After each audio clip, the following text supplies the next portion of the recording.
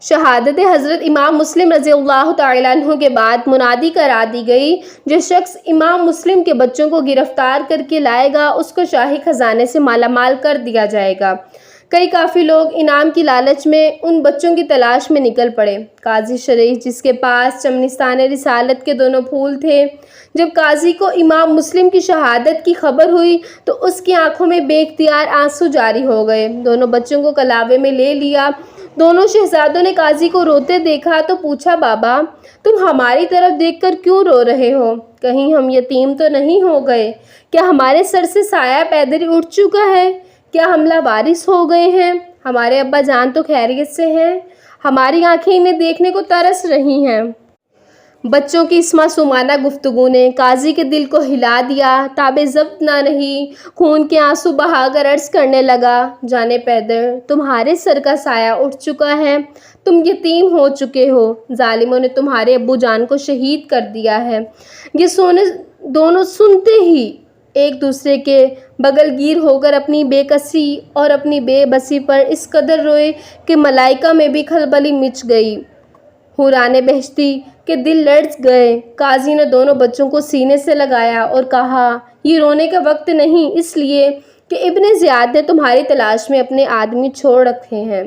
مبادا وہ تمہاری آواز سن کر تمہیں پکڑ لے گا۔ بچے خاموش ہو گئے۔ اسی شام بیرون دروازہ اراکین سے ایک کارواں مدینہ منورہ جانے والا تھا۔ قاضی نے اپنے بیٹے اسد کو بلایا اور کہا کہ آج شام ان دونوں شہزادوں کو بیرون دروازہ اراکین لے جانا اور ان دونوں کو کسی نیک تعین محب اہل بیت کے سپرد کر آنا تاکہ یہ دونوں مدینہ منورہ پہنچ جائیں۔ اسد شام کو دونوں شہزادوں کو ساتھ لے کر دروازہ اراکین پر آیا، مگر قسمت کہ وہ قافلہ ان کے پہنچنے سے پہلے ہی کوچ کر چکا تھا۔ گردے قافلہ ان کے پہنچنے سے پہلے دور سے ہی نظر آ رہی تھی۔ اسد نے کہا، جلدی کرو، وہ قافلہ جا رہا ہے۔ تھوڑی دور ساتھ چلا، پھر انہیں قافلہ گردے دکھا کر کہنے لگا، دوڑ کر اس قافلے سے مل جاؤ۔ وہ دونوں شہزادے دوڑے اور اسد واپس لوٹ آیا۔ دونوں بھائی تھوڑی ہی دیر بھاگے کہ گرد قافلہ نظر سے اوجھل ہو گئی۔ یہ ساری رات قافلہ کی تلاش میں چلتے رہے۔ پاؤں میں چھالے پڑ چکے تھے، بھوک اور پیاس سے نڈھال ہو چکے تھے، مگر اس تصور سے چلتے رہے کہ مدینہ شریف قریب آ رہا ہے۔ ساری رات چلتے چلتے صبح کا اجالا پھیل گیا۔ سامنے ایک شہر نظر آیا۔ ابھی وہ پہچان ہی رہے تھے کہ ایک کوفی نے انہیں دیکھ لیا اور انہیں پکڑ کر ابن زیاد کے دربار میں پیش کر دیا۔ اس ظالم نے انہیں جیل میں بھیج دیا۔ جیل کا داروغہ مشکورہ نامی، جو خدا ترس اور محب اہل بیت بھی تھا، اس نے دونوں شہزادوں کو آزاد کر دیا۔ اس محبت و عقیدت کی سزا میں اگلے روز اسے بھی شہید کر دیا گیا۔ دوسری شب ہوئی، پھر بچے دوڑتے رہے حتیٰ کہ صبح ہو گئی۔ صبح کے وقت ایک درخت کی کھو میں چھپ کر بیٹھ گئے۔ قریب ہی ایک پانی کا چشمہ تھا۔ کوفے کی ایک عورت اس چشمے پر پانی لینے آئی تو پانی میں دو بچوں کا عکس نظر آیا۔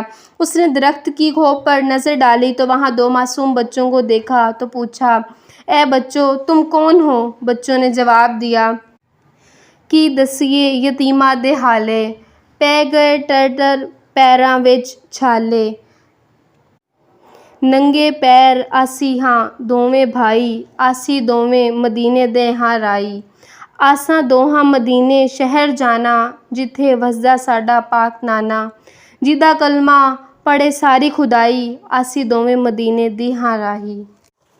پھر اس عورت نے کہا، اے میرے پیارے بچوں، جس گھر میں خادمہ ہوں وہ عورت بھی محب اہل بیت ہے۔ آؤ میرے ساتھ چلو، میں تمہارے اس کے پاس لے چلتی ہوں۔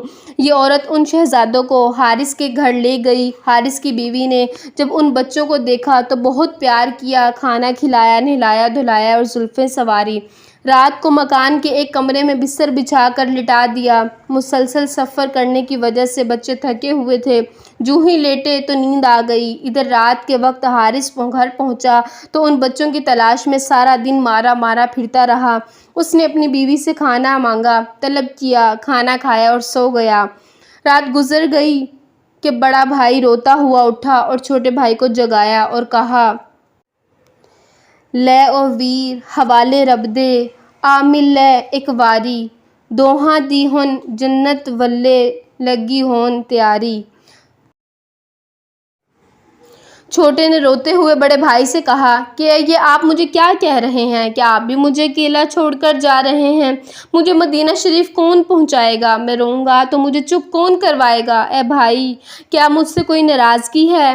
کیا مجھ سے کوئی غلطی سرزد ہو گئی ہے؟ بڑے بھائی نے کہا، اے میرے پیارے بھائی، بات یہ نہیں ہے جو تم سمجھ رہے ہو، بلکہ میں نے ابھی خواب میں دیکھا ہے کہ ابا جان اور نانا جان امام الانبیاء صلی اللہ علیہ وآلہ وسلم جلوہ افروز ہیں۔ آقا علیہ السلام نے فرمایا، اے مسلم، تم تو ہمارے پاس آ گئے ہو، اپنے بچوں کو کس کس سپرد کر آئے ہو؟ ابا جان نے عرض کیا، یا رسول اللہ صلی اللہ علیہ وآلہ وسلم، وہ بھی ابھی حاضر ہو رہے ہیں۔ ادھر یہ بات ہو رہی تھی کہ ادھر حارث نے بچوں کے رونے کی آوازیں سنی تو اٹھ کر بیٹھ گیا اور اپنی بیوی سے پوچھنے لگا، یہ رونے کی آوازیں کہاں سے آ رہی ہیں؟ بیوی سہم گئی اور کچھ جواب نہ دیا۔ بے دین حارث خود اٹھا اور چراغ روشن کر کے ڈھونڈتا ہوا مکان کے اس کمرے کے دروازے پر پہنچا جہاں یہ دونوں بچے ابا ابا کہہ کر رو رہے تھے۔ حارث نے پوچھا، تم کون ہو؟ انہوں نے اس جگہ کو اپنے محبوب کا گھر سمجھ رکھا تھا، اس لیے صاف صاف کہہ دیا کہ ہم فرزندان مسلم ہیں۔ رو رو کے کہنے لگے، سید بھی ہیں، معصوم بھی ہیں، بے پدر بھی ہیں، مسافر بھی ہیں، مظلوم بھی ہیں۔ حارث بے دین یہ سن کر غصے سے بھر گیا، غضبناک ہو کر کہنے لگا، آج دن بھر میں تمہاری تلاش میں رہا، یہاں تک کہ میرے گھوڑے نے بھی جواب دے دیا، جان سے چلا گیا اور تم مزے سے میرے ہی گھر میں آرام کر رہے ہو۔ پھر غضبناک آواز سے بچوں کو اپنی طرف بلایا، قتل کے خوف سے اٹھے نا علی کے پیارے۔ اس توقف پر ستمگر نے مارے تماچے، دست بے داد سے ایک بھائی کا بازو کھینچا، دوسرے بھائی کا ایک ہاتھ سے گیسو کھینچا اس طرح کہ پرزے ہوئے کرتے سارے منہ کے بل گر پڑے وہ برج شرف کے ستارے۔ یا حسین ابن علی، ایک نے بس یاس کہا، دوسرے بھائی نے حضرت عباس کہا۔ بے دین بے رحم حارث نے معصوم اور پھول سے بچوں کے منہ پر تماچے مارنے شروع کر دیے اور انہیں گھسیٹتا ہوا مکان سے باہر لایا۔ عورت نے جب خاوند کی یہ بے رحمی دیکھی تو تڑپ کر رہ گئی اور شوہر کے قدموں پر سر رکھ دیا اور روتی ہوئی کہنے لگی، ارے ظالم، یہ چمنستان اہل بیت کے پھول ہیں، ان پر رحم کر۔ حارث کی بیوی بچوں کو بچانے کے لیے جو کچھ بھی کر سکتی تھی کر گزری، اس نے ہر طریقے سے اس خونی درندے سے بچوں کو بچانا چاہا لیکن وہ کامیاب نہ ہو سکی۔ بدبخت دونوں بچوں کو فرات کے کنارے لے گیا۔ پھر خبیث نے تلوار نکالی، کھینچی اور گلشن محمدی کے دونوں پھولوں کی طرف بڑھا۔ جب شہزادوں نے تلوار کو دیکھا تو ان ابو مسلم یاد آئے، انہیں ماں کا پیار یاد آیا۔ ہائے ابا جان، ہمیں ظالم شہید کرنے کو تیار ہو چکا ہے۔ پھر حارث سے کہنے لگے، ہماری یتیمی اور غریبی پر رحم کھا، ہماری بے کسی پر ترس کھا۔ ارے بدنصیب، ہماری عاجزی بے بسی پر نظر کر۔ وہ کہنے لگا، میرے دل میں رحم ہی نہیں۔ پھر وہ چھوٹے صاحبزادے کا سر کاٹنے کے لیے آگے بڑھا کہ بڑے بھائی نے قاتل کی یہ منت اس آن، سر میرا پہلے قلم کر لو، ہوگا بڑا احسان، شوق سے مجھے ہر صدمہ و ایذا دکھلا، پرنا ننھے بھائی کا مجھے ننھا سا لاشا دکھا۔ آخرکار اس بے دین نے تلوار کا وار کر کے بڑے بھائی کا سر تن سے جدا کر دیا۔